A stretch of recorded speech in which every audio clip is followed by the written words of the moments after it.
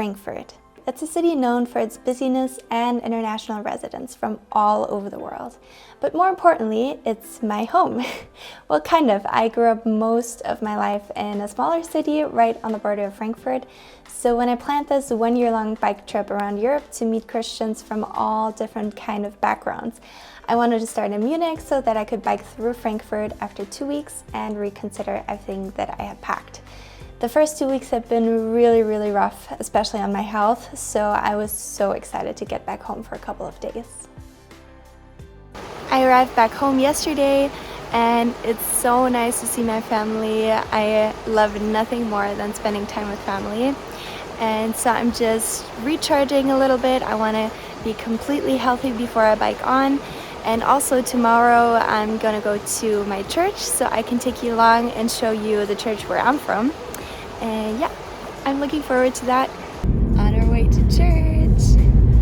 My parents founded this church when I was 14, and I thought it would be best to sit down and have them answer some questions while I show you some impressions from our church service. Today we have the most VIP interview guests I will ever have. It's my parents. But maybe you can introduce yourself. My name is Silke. And I'm Thorsten, and we go to the Mosaikkirche in Frankfurt, in Bergen-Enkheim. So why don't you give me a quick overview or the main reason why you wanted to found this church, because you two are part of the group that founded this church. Actually, if I speak about myself, I never really wanted to plant a church, because I thought, well, we have good existing churches, let's try to fill those up. But particularly when we came back from our assignment in another country, specifically from the Netherlands, we were looking for a church, and we wanted a church that is close by where we live, because we thought it's important to have a church which is close to where we live. And actually, because of our experience in both the Netherlands but also in the US, we were looking for a church which is really attractive for people that usually do not go to church. So friends and family maybe that might not be Christians, have nothing to do with the church. And actually we visited a lot of churches, and somehow we didn't really feel that comfortable to bring our friends and family. And that's when the thought came around to actually start our own church. Yeah, we were not sure if this was the way to approach, and so we decided to just meet for prayer with mainly another couple, and then little by little some more people joined us. And we met once a week and just gathered in prayer and asked God to bring this plan forth and to show us which way to go. We found a professor in the Freie Theologische Hochschule in Gießen, Stephen Beck, that encouraged us actually to continue.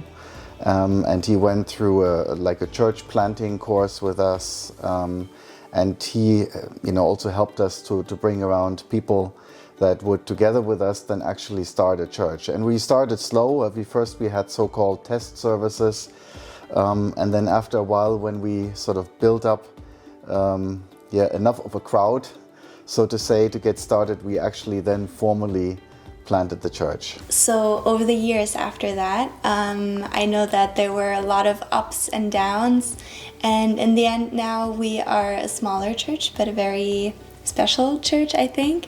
But I think it's really impressive how I can just talk about you two specifically, because I've seen you in person go through it over the years, how you maintained the work in the church. What would you say, what kept you going? It was always important for me that I felt that the Lord still wanted this church. Because, as you said, it takes a lot of time, resources, money. I don't want to call it blood, sweat and tears. It's not quite as dramatic as that, but I think church planting is probably one of the hardest church jobs you can get in in God's kingdom. So for me, it was always important that I felt that the Lord really does want us to continue. And there were certain phases where I had real questions about that. And, we prayed very earnestly, and we, at that time got very clear answers from the Lord that confirmed, he still wants us to continue. And then, as we did then continue, we also found that this was then confirmed also later on. The good thing is we always had people in our group that were really lifting the rest of the group up and convincing us to keep going.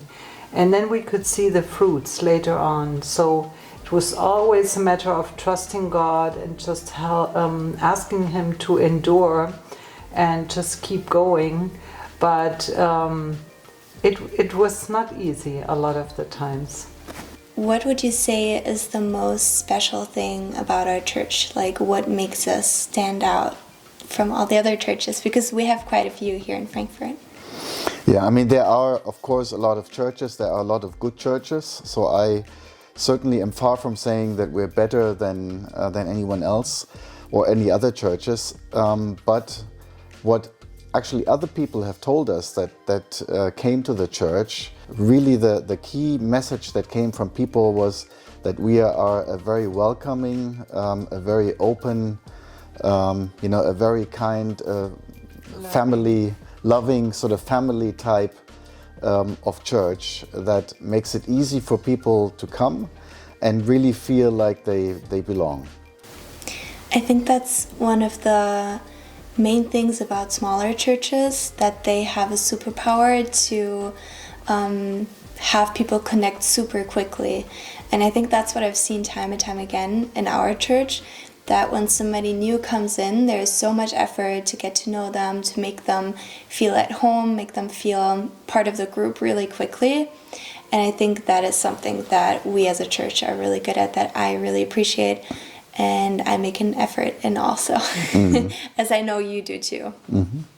I always ask everybody that I interview how we can pray for you. So I would be really interested what you would say, what your main point of prayer or prayer request would be. You want to start? Well, yes, my wish would be that people grow really in the love of Jesus, that they get to know God better and better. Yeah, I would also say maybe two things. One is I would really like for the church to make a difference, in our community, a tangible difference to really change for the better the lives of people around there.